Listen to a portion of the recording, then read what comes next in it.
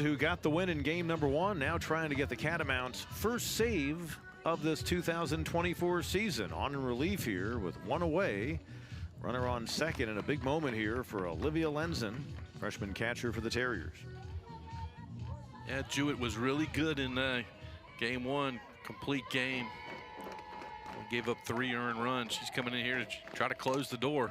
And a little looper behind second. It'll fall in right field. The pinch runner going to be waved. Coming home to score is Compton, and the game is tied at 2 apiece. One pitch. And then the throw behind Lenzen, and she'll be tagged out. She was trying to get to second base. Still an RBI single and a big one for Lenzen to tie this ball game.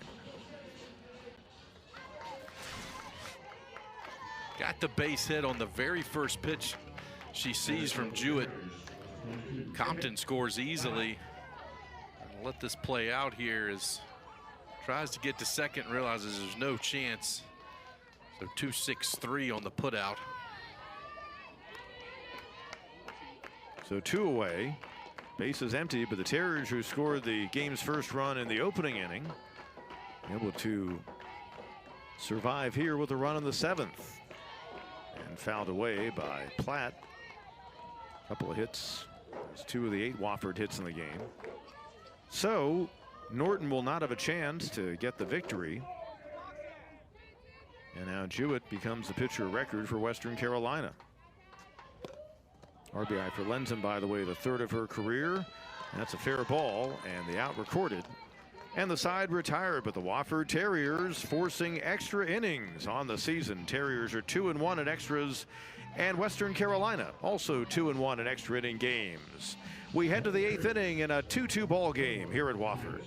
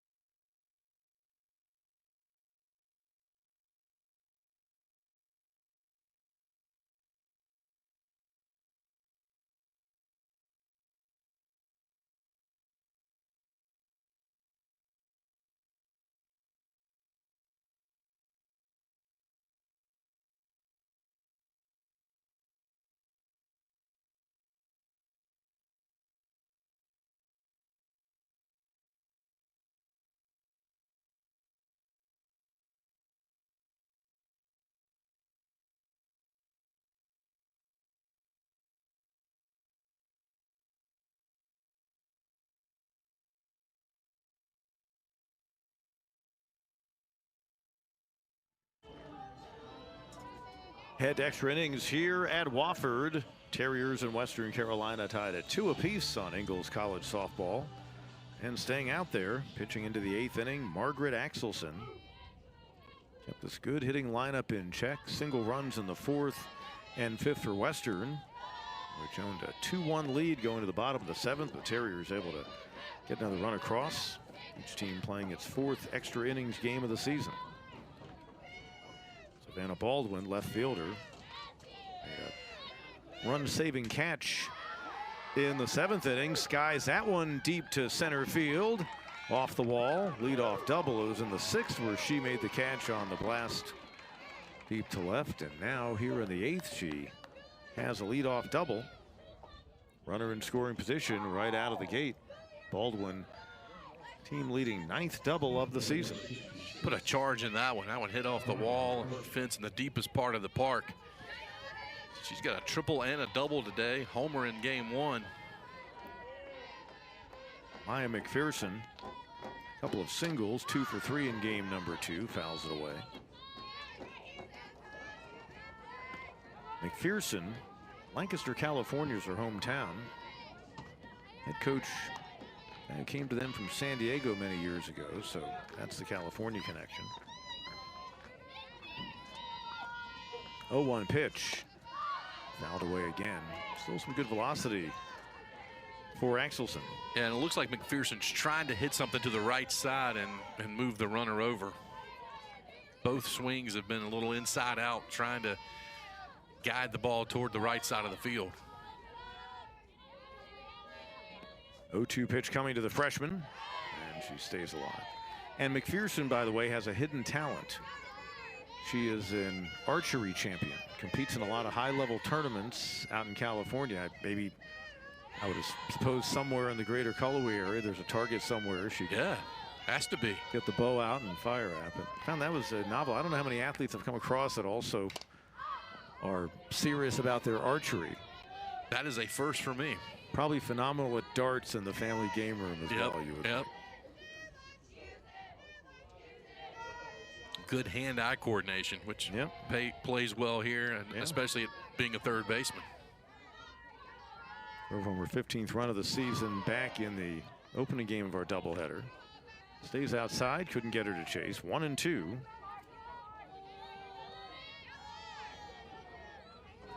Axelson went the distance in getting the complete game victory against Chattanooga last Saturday. Allowed just one run in that contest. So she has shown the ability to go deep in games. McPherson's battling here. It's waiting on a pitch that she can drive. A couple of teams 4 and 6 here in game 11 for each in the SoCon season. This, for seeding purposes for the tournament, could prove to be big. Reaching out, little looper into right beyond the reach of Platt. Runner had to hold up, so Baldwin stands at third. And the first two on here in the 8th inning for the Western Carolina team. Third hit of game number 2 for McPherson. Here's Dirks. I have not seen anybody throwing for Wofford. That doesn't mean they couldn't make a change. This conversation may be more about the first and third situation, with a delayed steal coming from first and Catamounts trying to do what they can to get a run in. Woman with a ponytail, the Terriers head coach Chelsea Butler. And talking with her before the game, it's interesting. Long time as an assistant coach at various stops, most recently as a pitching coach at Maryland. And I'm always fascinated to talk to first-time head coaches in their first season, and you know, several games in now, about the changes and what you got to go through. She says she actually, the coach she worked under at Maryland, got her prepared, and she learned more from him in just a few years than at any time in her career. And she actually says, in many respects, I was more prepared than I realized I was to become a head coach because of that experience in College Park. Says a lot about the Maryland staff that she was a part of, and I know Wofford felt very fortunate to be able to hire her and entice her to the upstate of South Carolina. She's certainly building a program here. Yeah, really nice job in her first year. Swing and a miss on the first pitch delivered to Dirks. So first and third for the Catamounts. Dirks tried to hit that ball back to Cullowhee. She came out in her shoes on that one. I think for her 4th home run of the season. Chopped on the left side. Devine looks the runner back on to first. Nice job by the freshman third baseman, out number 1. McPherson moved up to second, so now second, third, but with one away. Yeah, nice play by Devine. Hopper right to her. Froze the runner at third with the eye contact, and then a throw over to first. McPherson does move up to second, but as you said, one out now, and brings up a batter that was pretty clutch in the first game today. Big moment for Geraldine Wells here in game 2. She's 1 for 3.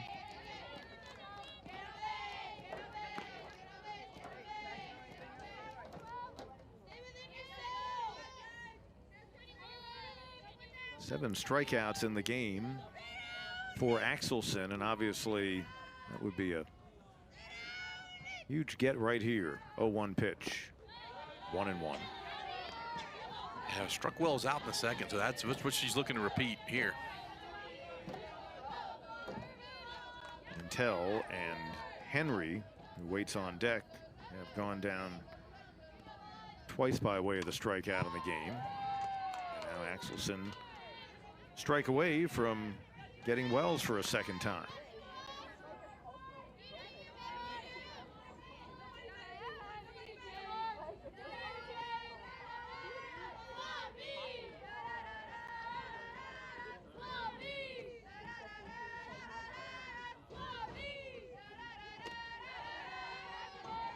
Outside, Wells flashed some glove as well in this doubleheader.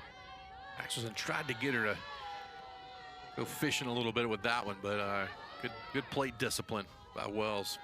2-2 pitch.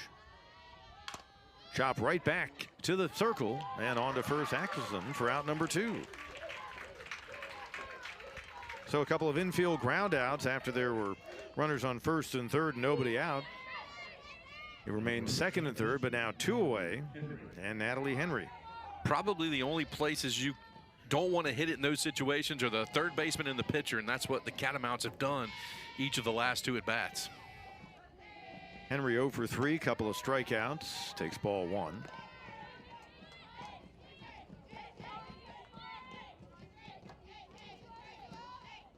.147 hitter to start this second game of the doubleheader. She started in place of Bell at second as they move Bell over to short. 1-1 the count. Boy, what a huge boost it would be for Axelson to get out of this jam and keep the score tied at 2 apiece. Not only from a momentum standpoint, but confidence for her moving forward. Absolutely. And now she's 1 strike away from doing just that. Yeah, team gets their first 2 on in an inning. And first and third with nobody out, you're expecting at least 1 run to come across. And Catamounts could still do that, but Axelson is a strike away from preventing it. 1-2 pitch to Henry. Count evens 2-2.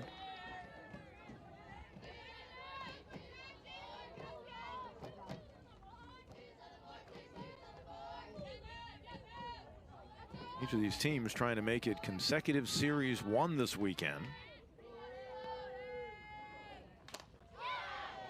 And obviously, if the Catamounts can get the win here, they would seal the deal for this weekend after they took 2 out of 3 from ETSU. Wofford last weekend winning the series against Chattanooga.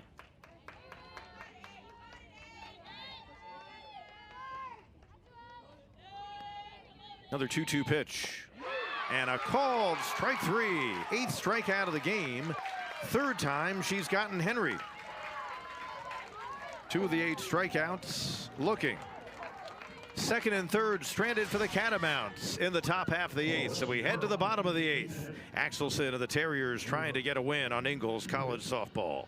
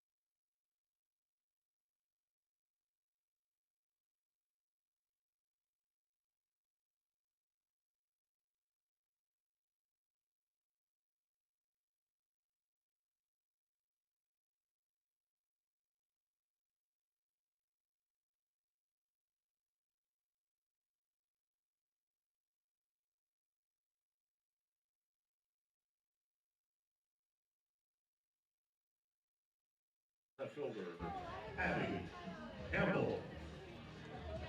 Bottom of the 8th, Abby Campbell, freshman left fielder, will lead things off for the Terriers. What a great job by Axelson to leave runners stranded on second and third. Now the Catamounts will try to keep the Terriers at bay and extend this game. Chopped right to third. Up with it, McPherson for out number 1.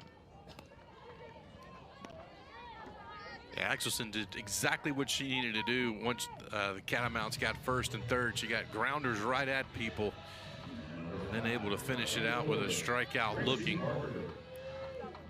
Tessa Jewett on for a second inning of work. Opportunity to get a second win on this Saturday. She was the complete game winner in our opening contest, 10-9 on the season. Junior out of Berea, Kentucky. The reigning SoCon pitcher of the week. Gracie Parker hitting a walk in the game. She's been on base all 3 times up. Another be able to pull the trigger on those first 2 pitches. On an 0-2 hole is Parker, third place hitter in the Terriers lineup.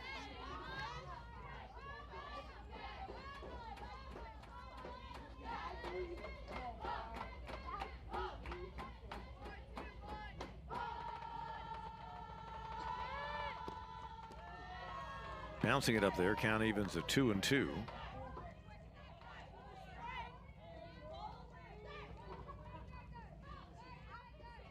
Wofford would love a base runner. Something that could apply some pressure to the defense. And now 3-2. Terriers pushing across the tying run with their backs to the wall in the home 7th.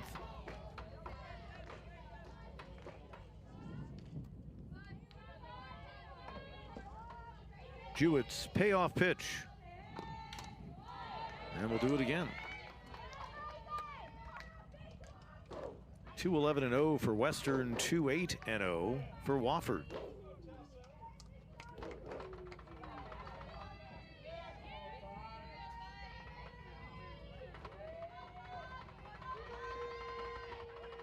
Again, a 3-2 to Parker. She's hanging tough. Yeah, she is, and she's on it. She's on the pitch right now. Has driven both of them straight back into the last couple pitches straight back into the backstop. See if Jewett maybe comes with something off speed here.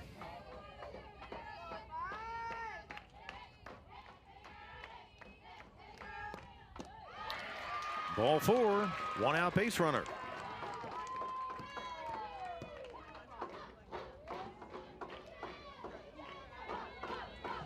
The walks have been rare in game number 2. That's just the second issued by Catamounts pitching. Big opportunity for Abby Gossett, designated player for the Terriers, who has an RBI, a couple of hits in this game too, a double and a single, 2 for 3.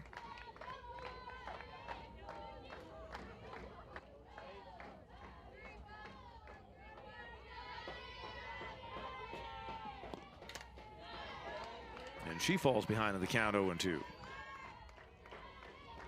Benefit for the Terriers batters.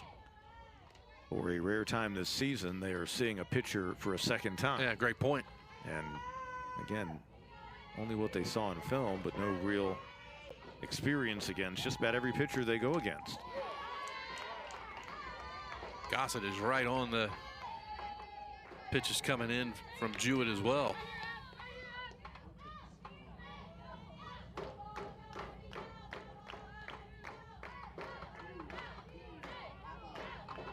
Oh, 2. And that'll get out of play.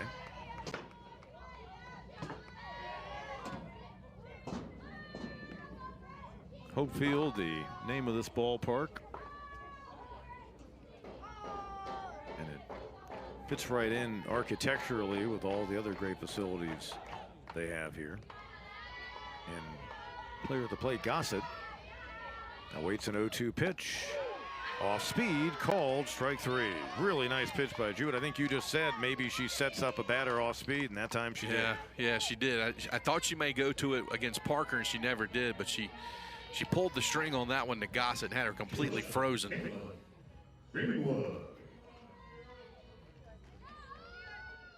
Just the second strikeout of a Terrier in this game. Caitlin Greenwood, who got the first hit off Jewett in game number 1. That was a leadoff triple in the 5th inning, and she later scored. Well, she can deliver in similar fashion this time. Terriers will have a walk-off win, but 2 away with a runner on first. Parker.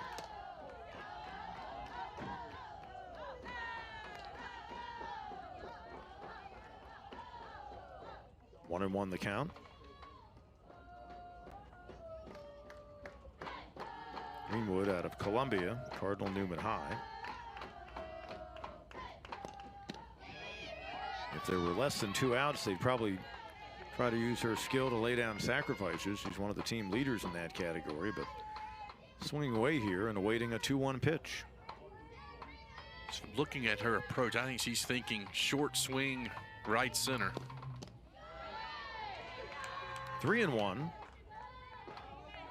Devine, who flirted with a 3-run homer in the 6th inning, waits on deck.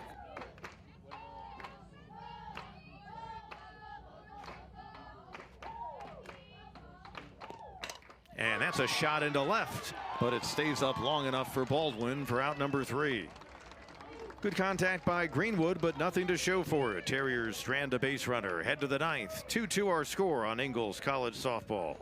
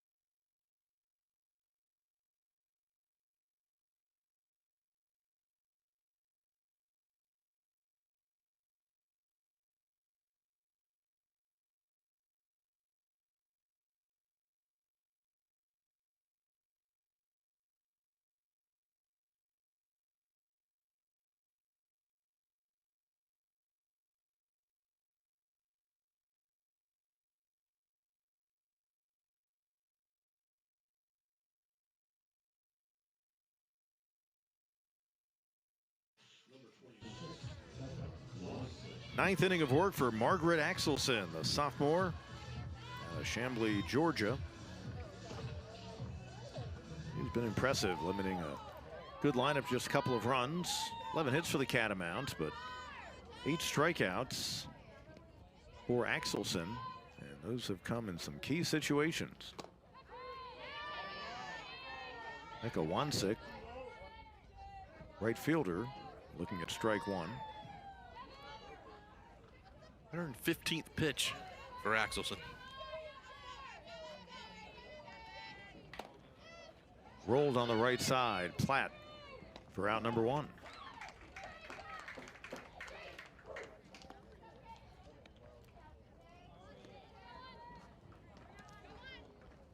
Abby Greenwood was lifted quickly in game number 1, the Terrier starter, so she would be available. We don't see any activity in the bullpen. Sydney Baker and then Kendall Wiley finish up that contest. Taven Stevenson, another player for the Terriers. Another pitcher for the Wofford team that's been used out of the bullpen. And keep in mind, a 3rd game coming up Sunday afternoon, so yeah, obviously you need to keep that in mind if you're Chelsea Butler, and for that matter Jim Clift, although his options limited. Right back from where it came, and quickly a couple of ground outs here in the 9th. 2 up and 2 down for the Catamounts. Top of the order, and Lily Bell. As well as Axelson is throwing it, they may just go until there's nothing left in the tank for her. I think Western, with only 3 pitchers on their 3rd, I could bring back their starter. I think that's the way the rule works. Bell, hard to believe, 0 for 4. Batting .381 coming into this afternoon's doubleheader. Heading the count here 2-0. In the opening game, though, she was a factor. 3 for 5 with 3 runs scored in the 11-4 Catamounts win. If you're Wofford, you really want to keep her off base right now. She can create some havoc if she gets on. Devine at third. Fast batter running. Gets her by a step. Desiree Devine has shown some nice glove on the hot corner this afternoon. Catamounts go in order. Head to the bottom of the ninth. 2-2 our score.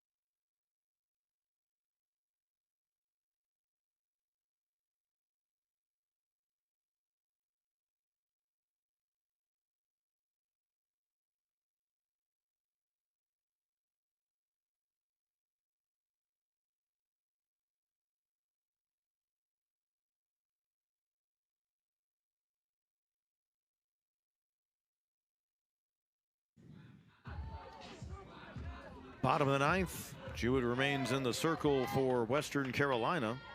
Desiree Devine, freshman third baseman, leads off for the Terriers. And she takes strike one. Devine 0 for 3. A couple of flyouts and a ground out. I like how the Terriers go with the Steelers theme of the logo on one side of the batting helmet. Off speed for strike two. Devine did not have much success against Jewett in game one. 3 ground outs to short. Trying to snap an offer that's extended. Nearly 20 at bats. We thought she had ended it in the 6th with that long fly ball to left. Her last time up, a couple on in a ball game that was a 2-1 Catamounts lead, and she backed balls, went all the way up to the wall, but it stayed in the park. 1-2 pitch coming. Popped up, right side. Second baseman calls off the first baseman. Henry puts it away for out number 1.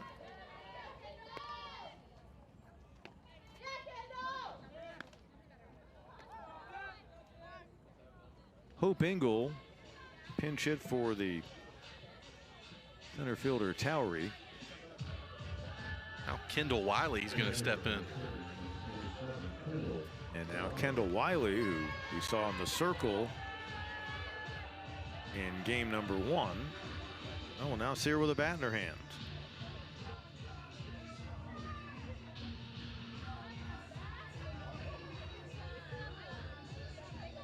Well, Wiley did a solid job pitching for the Terriers team. See what she can do with the bat. And first pitch, little looper, little drop foul. Wiley following in the batting lineup, her former Cape Coral, Florida, North Fort Myers High teammate, Desiree Devine. Both are freshmen in this Terriers program. And it stays outside, 1-1. So this will be her 25th at bat, so she is not a stranger to swinging it. Got 5 hits on the year. Off speed, 1-2 the count. Here's trying to make it 3 wins in 4 extra inning games this year, and likewise for the Catamounts. Fooled her badly, and the strikeout. Second for Jewett since coming on in relief back in the 7th inning.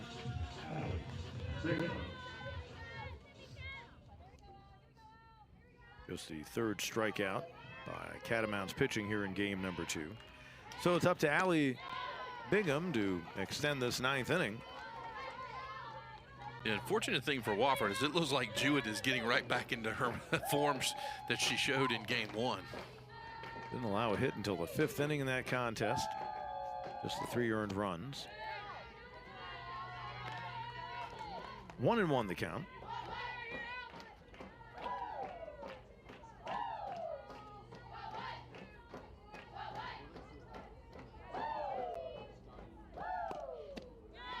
Swing and a miss.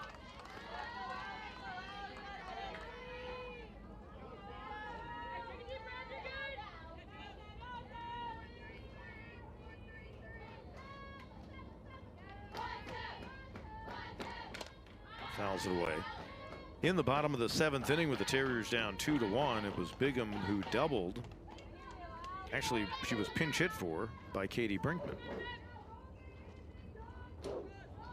And Lily Compton, a pinch runner, then came around and scored the tying run on the RBI hit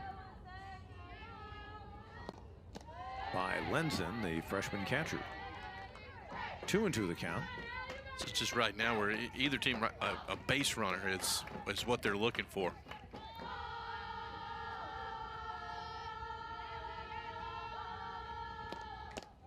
Swing and a miss. High heat. Back-to-back strikeouts to close out the Terriers, bottom of the 9th. Wofford set down in order by Tessa Jewett. She of the Catamounts trying to get an extra inning win on the road and sweep a doubleheader.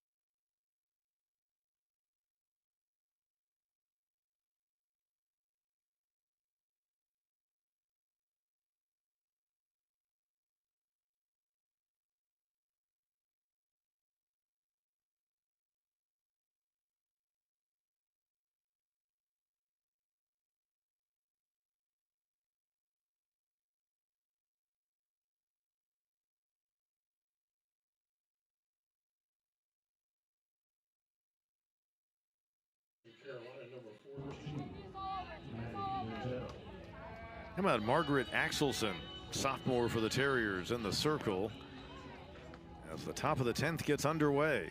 Extra innings here at Hope Field, the beautiful home of the Wofford Terriers, their inaugural season of softball. Western Carolina had been somewhat of a newbie to the game in the conference. They started their program in '06. Yeah, Axelson in for her 10th inning of work. That is something you will never hear in baseball ever again. No. Maddie Mentel drove home the Catamounts' first run of the game. And with the runner now placed at second, able to advance, and that's a very speedy runner as Bell, who was the last retired in the 9th, as they, in the 10th inning, then revert to what is being used now in Major League Baseball and other levels of baseball. Ball didn't get away much, but a enough for Bell to get to third. And a chopper right back to the mound. Out number one, Axelson doing a nice job fielding her position, and the runner stays at third. And frankly, probably would have moved there anyway on that grounder, so little harm on the ball that got away. This is where Axelson was so good earlier, where she stranded runners on first and second a couple innings ago. Big swing and a miss. Savannah Baldwin. Savannah was trying to give the Catamounts a 2-run lead there. Yeah. Don't blame her. Tripled and scored. One of her 2 hits in this second game. She also has a double. The triple came in the 4th inning. They got on the board. Ball gets away. Here comes Bell, and the Catamounts take the lead. Been a good game behind the plate for Lenzen, but unable to contain that. See how they scored. Probably a wild pitch.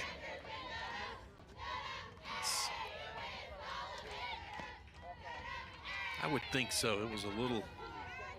It is a wild pitch.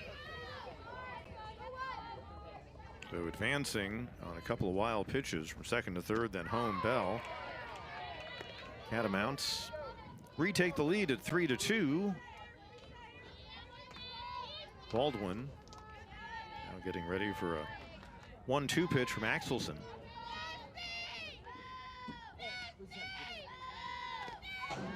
Gets a piece. All ticked out of Lenzen's glove. She had a chance to secure it, but that thing was foul tipped pretty hard by Baldwin.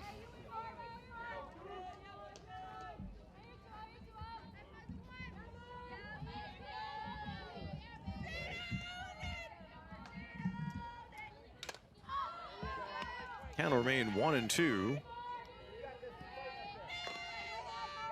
Told you Western had not been good in close games on the year. Just 2-6 in ball games decided by a run coming into this doubleheader. They won decisively in the opening game. Baldwin putting up a good fight here. Yeah, she is. 2 more hits in this second game. Add that to hit she picked up in the first. Only thing she's looking for a 2-game cycle is a single. That's right, because she had the 2-run homer.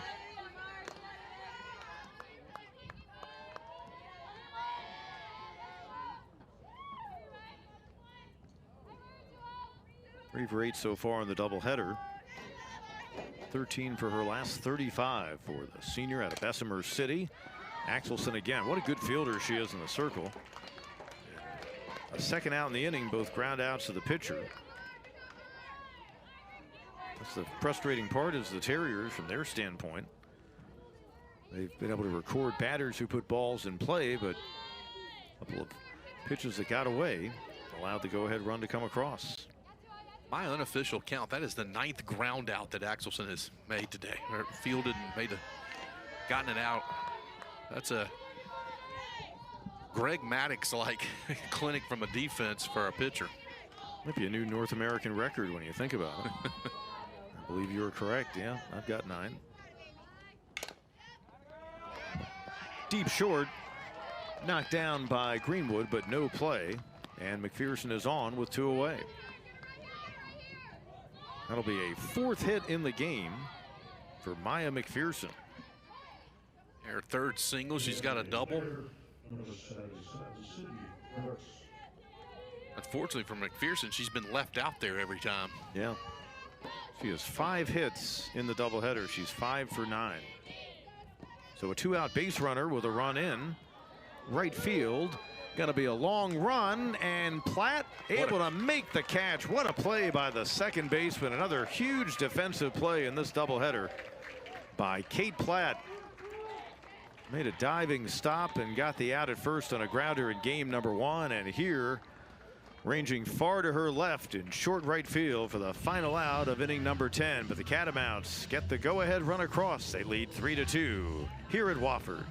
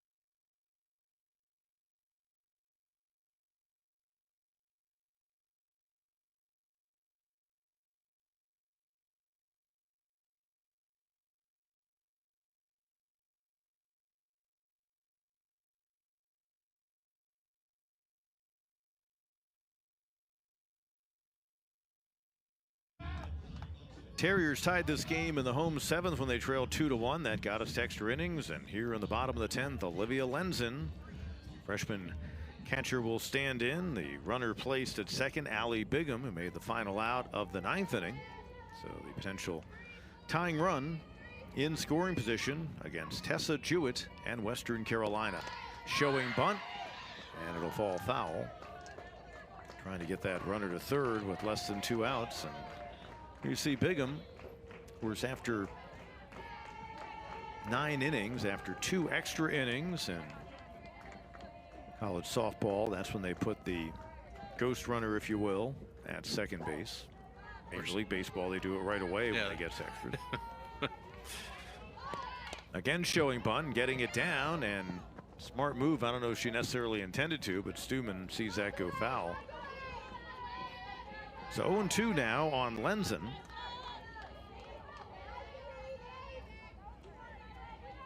Trying to get the runner to third. Yeah, that worked out well for Western there. That would have easily gotten the runner to third on that sacrifice attempt, but it did kick foul. And a little looper into right field. That's a base hit. Charging Wansik. Got to it in a hurry to hold the runner up. Bigham at third. First and third for the Terriers here with no one out in the home 10th. A third hit in the game for Lenzen. We didn't see her start game 1. Little conference here with Wofford. Again, I think this has all to do with first and third. What you want to make sure everybody's on the same page offensively, with possibility of a delayed steal, or lots of things could happen. Terriers brain trust talking it over. Chelsea Butler with her back to us, the first-year head coach.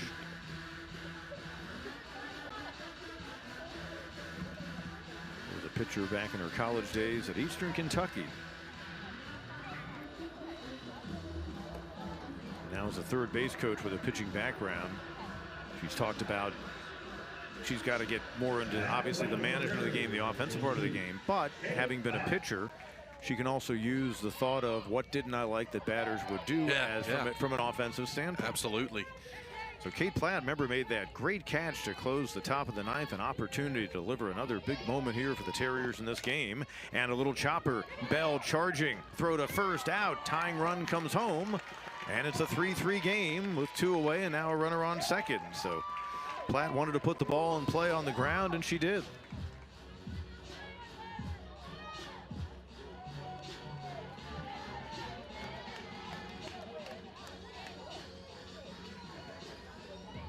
I thought Bell may try to come home there. Lenzen moving up to second. She stands there as a potential winning run. Abby Campbell looking at strike 1. Infield is way in on the left side. Second baseman is in a little. And fouled away. Great idea. 0 for 3 in game number 2 with a sacrifice for Campbell. She moved Platt into position in the opening inning to score the game's first run. 0-2.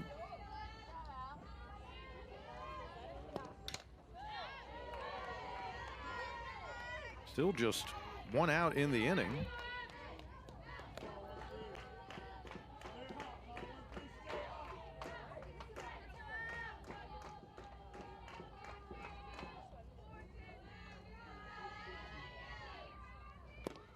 And a swing and a miss. Huge strikeout for Jewett for out number 2.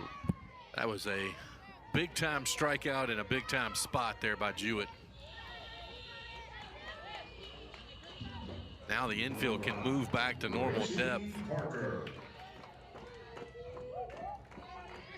Gracie Parker.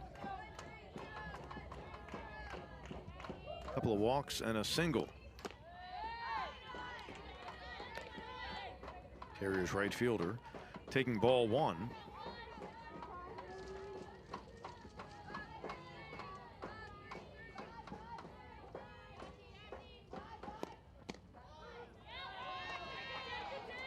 1-1 the count.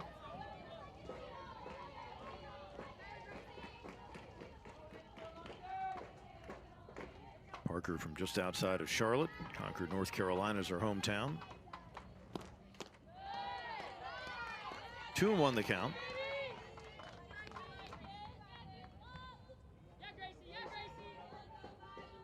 Parker has shown a good eye, and she's seen a lot of pitches from Jewett today, so she should be quite accustomed.